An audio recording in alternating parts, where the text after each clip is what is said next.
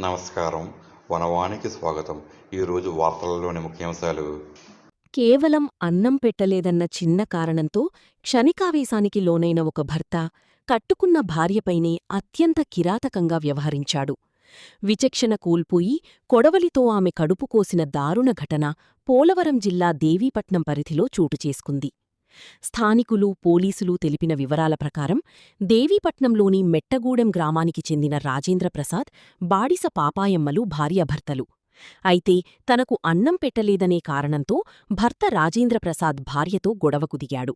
ఈ క్రమంలో తీవ్ర ఆగ్రహానికి లోనైన అతడు క్షణికావేశంలో పక్కనే ఉన్న కొడవలి తీసుకుని భార్య పాపాయమ్మ కడుపుపై దారుణంగా దాడిచేశాడు. ఈ దాడిలో తీవ్రంగా గాయపడిన పాపాయమ్మ రక్తపు మడుగులో కుప్పకూలిపోయింది. గమనించిన స్థానికులు వెంటనే ఆమెను చికిత్స నిమిత్తం ఆస్పత్రికి తరలించారు. ప్రస్తుతం ఆమె పరిస్థితి విషమంగా మారడంతో మెరుగైన వైద్యం కోసం రాజమండ్రి ప్రభుత్వ ఆస్పత్రికి తరలించి చికిత్స అందిస్తున్నారు. సమాచారం అందుకున్న దేవీపట్నం పోలీసులు ఘటనాస్థలానికి చేరుకుని వివరాలడిగి తెలుసుకున్నారు. నిందితుడు రాజేంద్రప్రసాద్పై కేసు నమోదు చేసి దర్యాప్తు ముమ్మరం చేశారు.